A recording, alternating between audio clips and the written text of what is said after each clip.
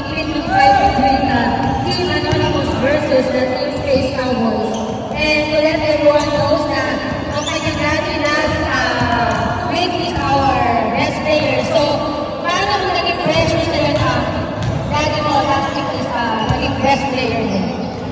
Wala namang pressure, alam ko sinabutan yung best player. Nag-iisal pa sa rebound kaya alam ko dapat ako yun eh. Natatawa siya lang. Daddy was sa kanyang anak na si Derek Ronaldo para maging best player in the league. So, congratulations again, Derek, for being our best player. For our second game, be ready, the Team Wings versus the Team JSW. Productions.